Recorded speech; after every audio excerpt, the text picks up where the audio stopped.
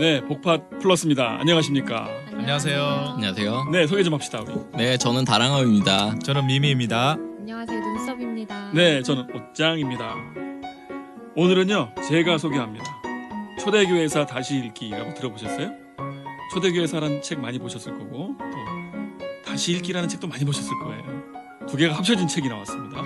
초대교회사 다시 읽기. 저자는 최종원님. 이분으로 말할 것 같으면 현재 캐나다 밴쿠버에서 기독교 세계관대학원에서 지성사와 교회사를 담당하고 계신 분이고요. 예전에 저도 한 10여 년 전에 저희 모임에서 대학의 역사인가 이런 특강을 한번 의뢰해서 들었던 적이 있습니다.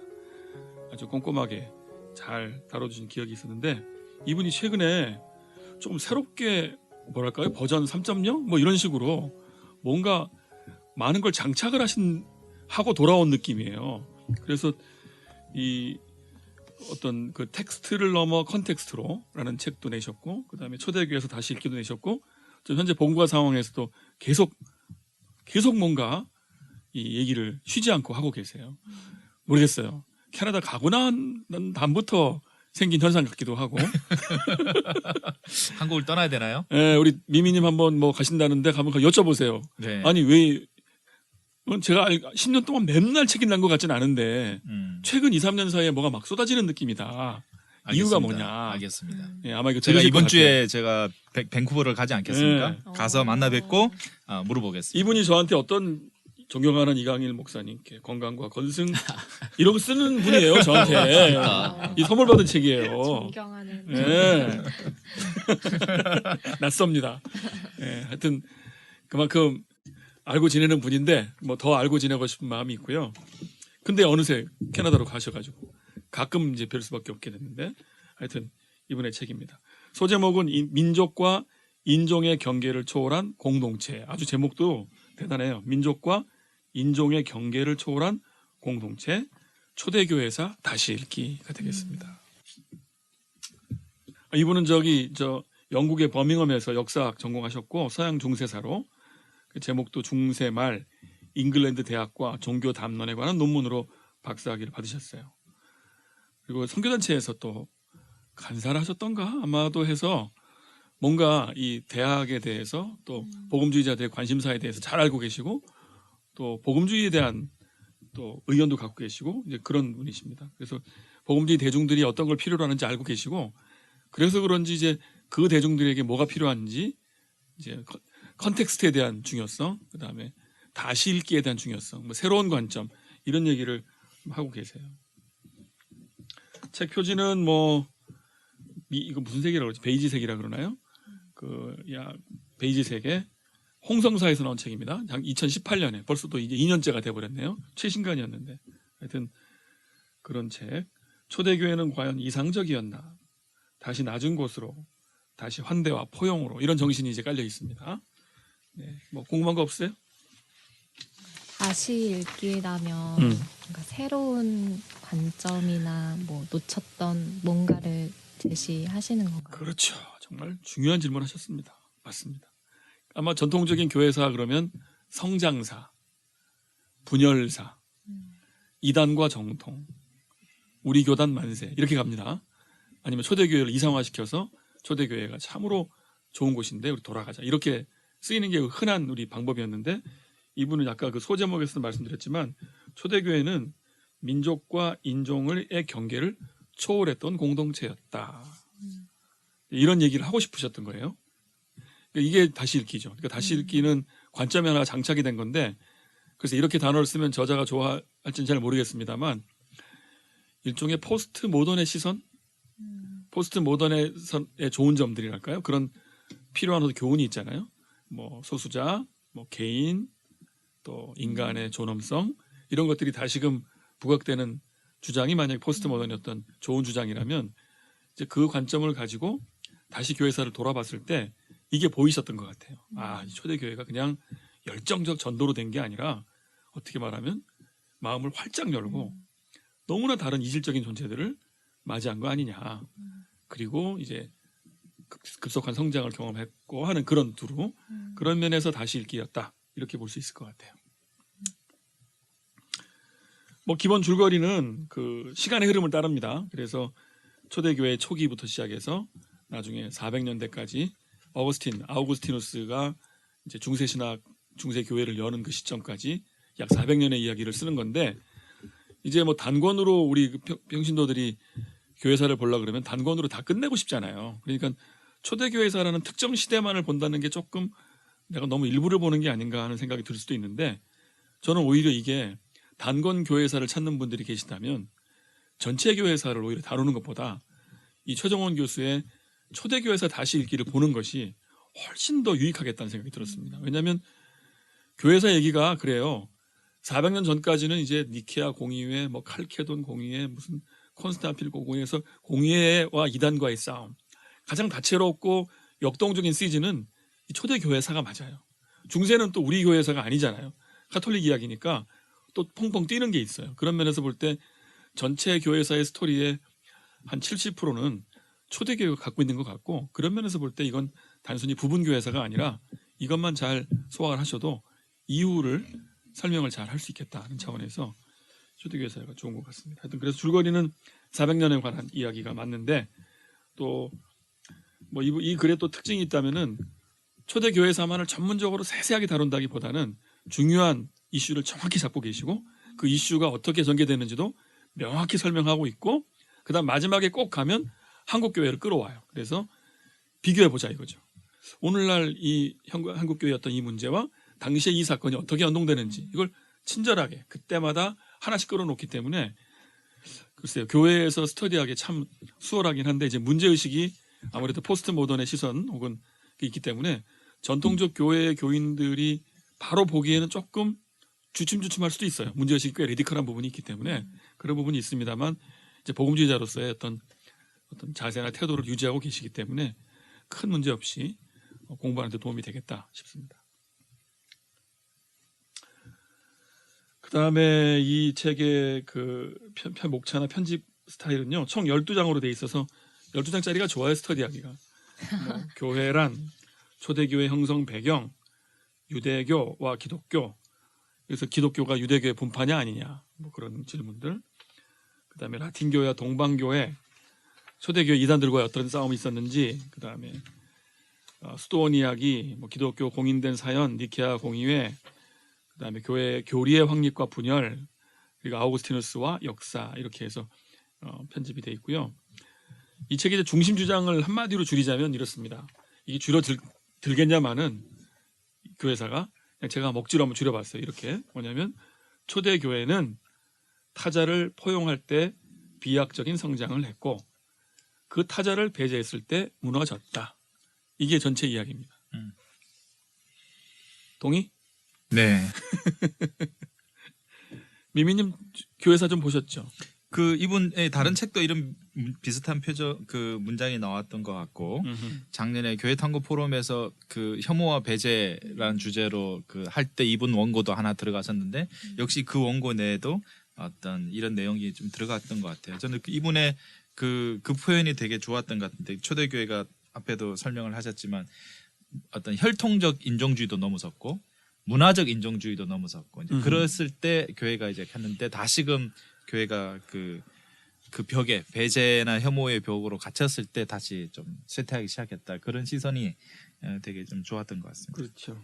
네, 맞습니다. 제가 보기에는 뭐 신약 성경에서 계속해서 이제 그 이스라엘이 유대인만이 아니라 이제 그 이방인 뭐 헬라인들이 하나님의 이스라엘 백성이 될 수 있다. 뭐 그게 계속된 거라 새로운 건 아닌데, 우리가 너무 익숙하다 보니까 까먹는 게, 그러니까 우리가 이방인이었다는 거, 우리가 정말 그 복음이 닿기 어려운 그 타자고 소수자였고 정말 그 먼데 있었던 사람이라는 걸 계속 까먹는 거죠. 그런데 제가 기대하는 바는 뭐 이 책을 통해서 우리가 그런 기억을 다시 되살리는 데 큰 도움을 얻지 않을까. 그게 어떤 기독교 역사에서 계속해서 반복해서 드러난 어떤 본질적인 부분이다. 그런 것들을 짚어주지 않을까 기대해 봅니다. 이 책이 이제 진짜 인상적인 게 그거예요. 시종일관 그 배제와 이 포용, 이 시선을 끝까지 유지하면서 내용을 서술한다는 게 되게 신기해요. 오히려 어떻게 말하면 뭐 이런 얘기는 뭐 약간 예를 들어 진보적인 어떤 교회사가 있으면 써놓고 마지막에 가서 교회는 마땅히 뭐 이러저러 해야 된다 이렇게 쓸 수도 있는데, 그렇게 그냥 조립하듯이 붙여놓은 게 아니라 전체 관점을 그걸 유지하면서 내용을 서술한다는 게 그것도 이제 국내 저자가 또 젊은 어떤 학자가 한다는 게 좋고 문체도 굉장히 술술 읽히기 때문에 전혀 부담감 없이 교회사에 입문할 때, 교리사에 입문할 때 아주 입문 수준이 아니라 주장이 뚜렷하기 때문에 또 이미 연구자들도 이렇게 시선을 유지하면서도 과거 교리나 교회를 볼 수 있겠구나 하는 부분에 도움을 많이 받을 수 있을 것 같습니다. 제가 한번 읽어볼게요. 초대교회는 박해를 받을 때 내밀한 힘을 키워나갔다. 교회가 진정 위기에 처했던 때는 박해를 받았던 때가 아니라 박해가 사라지고 새 세상이 도래했던 때였다. 국가의 공인과 지원하에 교회는 독자적인 힘을 키워가기보다 가장 기생적인 조직이 될 수밖에 없었다. 교회는 자신들에게 주어진 기득권을 내려놓고 개혁에 앞장서는 역할을 해내지 못했다.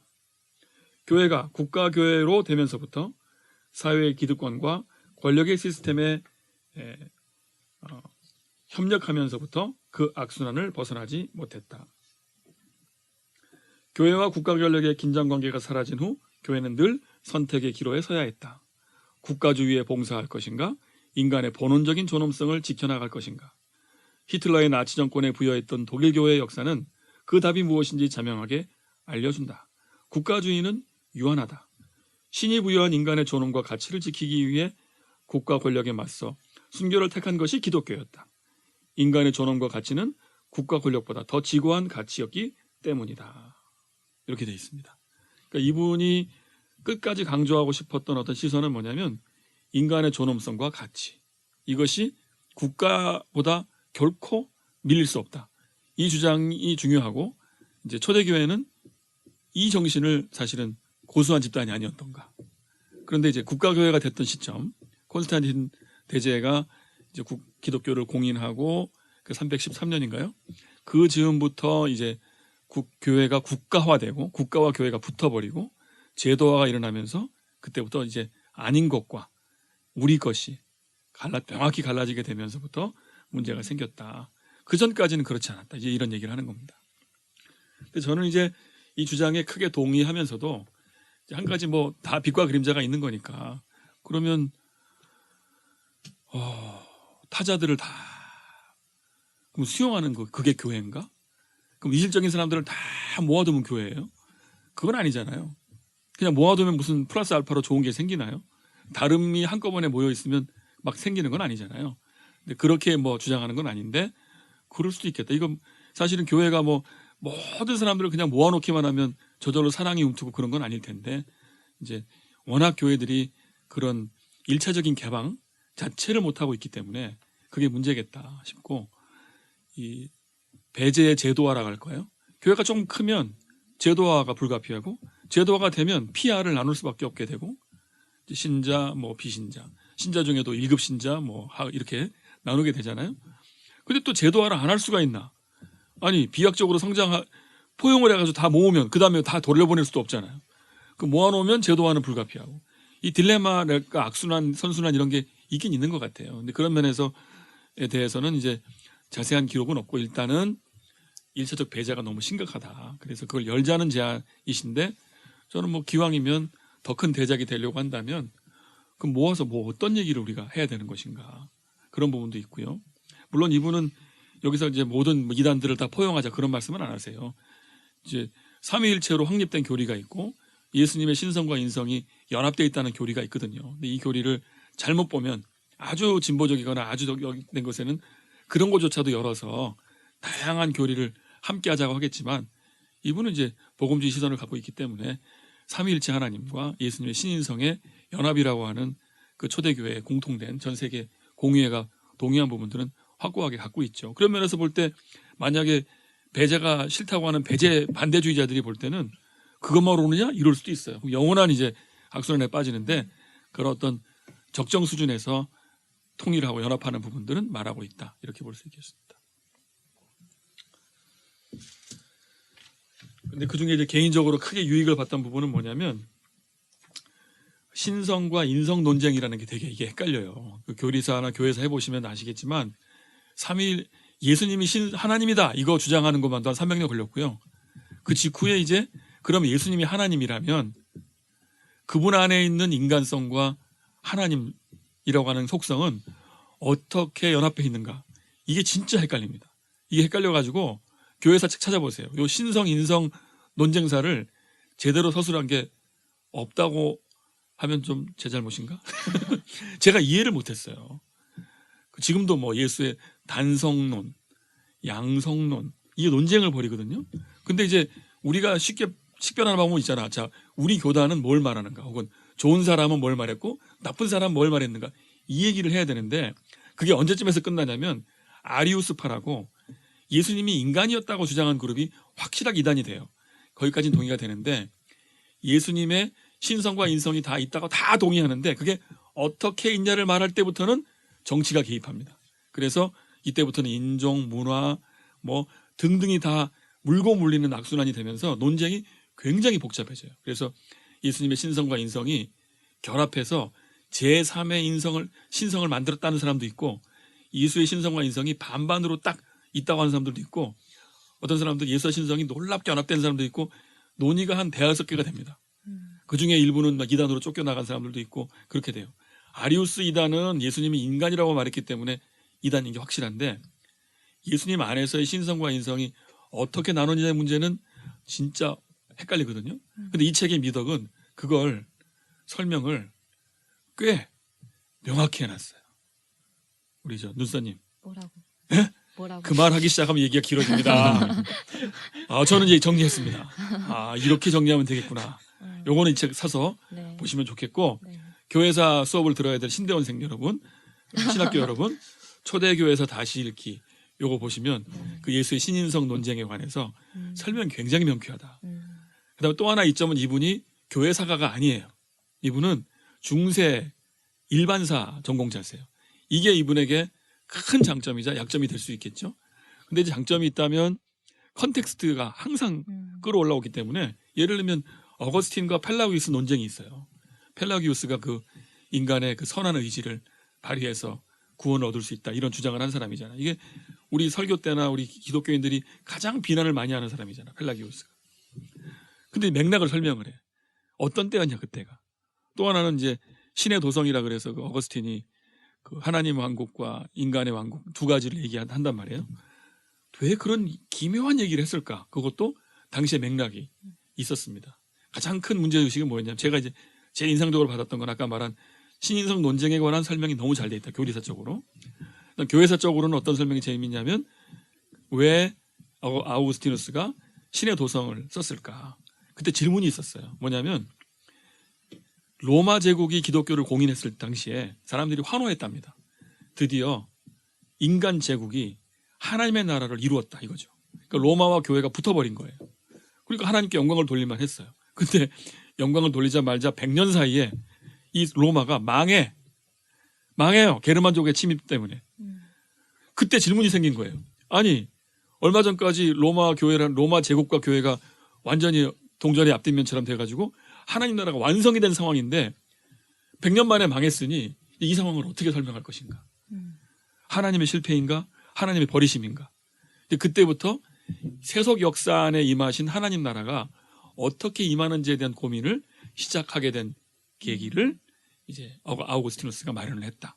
그래서 최초의 역사 신학자, 최초의 역사 철학자 이렇게 설명을 평가를 받는다고 해요. 뭐 간단합니다. 그리고 이제 이 사람의 얘기는 역사는 그냥 운명적으로 받아들여야 될 순환의 역사가 아니고 일종의 직선적으로 하나님의 나라 이룰 때까지 가는 어떤 직선의 역사다. 그러니까 중간에 벌어지는 흥망성쇠라고 하는 것은 다 하나님의 뜻이 있다. 그렇게 설명을 하면서 신의 도성을 썼다고 합니다. 하여튼 그런 그 뒷배경, 그 일반 역사의 이야기들을 더 풍부하게 갖고 와가지고 이 얘기를 더 선명하게 만들어주는 측면이 있어서 교리사와 교회사 한 번에 해결할 수 있는 단권책 초대교회사 다시 읽기라고 할 수 있겠습니다. 뭐 이왕 교회사 얘기가 나왔으니까 제가 약간 홍보 겸 해서 이렇게 덧붙이면 뭘 홍보해? 그 3월부터 2020년 3월부터 제가 참여해서 열심히 이제 만들고 있는 유튜브에서 절찬리에 상영되고 있는 신학 블록버스터. 신학 블록버스터라는 아주 네. 고급진 방송이 있죠. 장안의 화제 방송이- 장안의 화제입니다. 화제. 아, 네. 많은 분들 재밌더라고요. 네 화제인데 그 방송이 3월부터 교회사 아. 를 주제로 하고 있고 그 방송 중간에도 이 최정원 교수님의 이 초대교회사 다시 읽기를 부교재와 중요한 참고 도서로 소개할 만큼 추천할 만큼 그렇죠. 초대교회사 부분에서 이 책도 추천하고 했는데 이 책을 읽으면서 또 그 신학 블록버스터 유튜브 방송도 같이 따라 보시면 서로 간의 이해가 더 또 정리가 더 잘 두 번 되는 효과가 있지 우리 않을까. 블록버스터에는 말이죠. 그렇습니다. 복팟 오리지널에 참여하시는 TK님이 어. 맹활약을 펼치고 계시죠. 그렇습니다. 네. 그렇습니다. 이거 이제 평점을 좀 내가 매겨보자면 난이도는 2. 이거 어렵지 않다. 뭐 이요? 이라는 말은 쉽다는 말이죠. 네, 어렵지 무척 않다는 쉽다. 말이죠. 생각보다 쉽네요. 더 쉬운 것 같아. 음. 2. 흥미 5. 야, 유익 4. 음. 왜냐면 이제 유익 문제는 이제 신도들이 좀 헷갈릴 거다. 이게 지금 진보야 보수야? 어? 이거 지금 복음주의를 흔드는 거야 안 흔드는 거야? 이런 헷갈림도 있을 거예요. 그런 면에서 유익의 헷갈림이 있을 수 있다. 그래서 1점 빼고 그러나 흥미는 굉장히 있다. 이거 지루하지 않습니다. 역사책이 흥미 5를 받기 쉽지 않은데. 아 이거 재밌어. 이거 진짜 재밌나 재밌어요. 보다. 교리사, 교회사 이런 거, 월러스틴의 교회사 이런 거 두꺼운 책들이 있거든요. 곤잘레스 구효의 그 이제 이제 호흡을 가다듬고 읽어야 돼. 각 잡고. 근데 이건 아니에요. 그냥 술술 읽는데 얘기가 재밌어요. 우리 최정원 교수님이 정말 솜씨를 발휘하셨어요. 이분 또 책 하나 있잖아요. 텍스트를 넘어 컨텍스트로. 그것이 아마 이런 책의 자신의 관점을 설명한 어떤 이론서인 것 같아요. 그 두 개를 병행해서 보셔도 좋을 것 같습니다. 뭐 질문 있습니까? 좀 더 구체적으로 들어가 보면 더 들어가요? 아니 네. 그러니까 뭐그 이번에 뭐 제가 최근에 언론에서 본 거 중에 하나가 이제 어떤 유명한 목사님들이 모여서 이렇게 기도를 했고 그 목사님 한 발언이 이번 선거는 좀 있으면 선거는 그 체제를 선택하는 선거다라고 맞아. 하면서 이제 굉장히 이제 뭐 이거 자유민주주의 진영대 뭐 사회공산주의 뭐 이런 게 좀 어떻게 보면 이 색깔론 비슷하게 이렇게 가는 식으로 해서 이렇게 되게 단순화시키고 그러면서 또 그게 굉장히 기독교적 입장인 것처럼 이렇게 하는 것들이 있는데 아마 이 책이 뭐 그런데도 적용될 거리들을 100%. 제공할 수 있을까요? 아유, 네. 감사합니다. 좋은 질문 해주셨어요. 도대체 어느 큰 목사님들이 그런 얘기를 했답니까? 실명을 좀 밝혀주세요. 아, 근데 이해가 됩니다. 저는 목사로서 이해가 됩니다. 얼마나 걱정이 되시겠어요. 전 진짜 이해됩니다. 왜 그러셨는지 알겠고. 근데 저는 주장하고 싶은 말은 뭐냐면 최정원 교수님의 입을 빌어서 주장해 보겠습니다. 절대로 국가랑 교회가 동일시되면 안 된다. 절대로. 근데 우리 선배님들은 이 교회랑 특정 체제가 붙는 게 옳다고 생각하시는 것 같아요. 근데 어느 체제하고도 붙어서는 안 된다는 게 주장이고 이 책은 국가보다 인간이 훨씬 더 중요하다. 잘못하면 로마 교회의 순서를 따라간다니까요. 콘스탄틴한테 공인되는 순간 교회가 드디어 목숨을 건졌지만 건진과 함께 동시에 제도화를 통해서 원래 초대교회 정신하고는 거리가 멀어지게 돼버렸다는 거죠. 근데 지금 우리 한국 교회는 사실은 특정 체제하고 결합하면서 성공을 맛보았기 때문에 새로운 체제를 만나다는 것에 대한 굉장한 두려움이 있는 것으로 보입니다.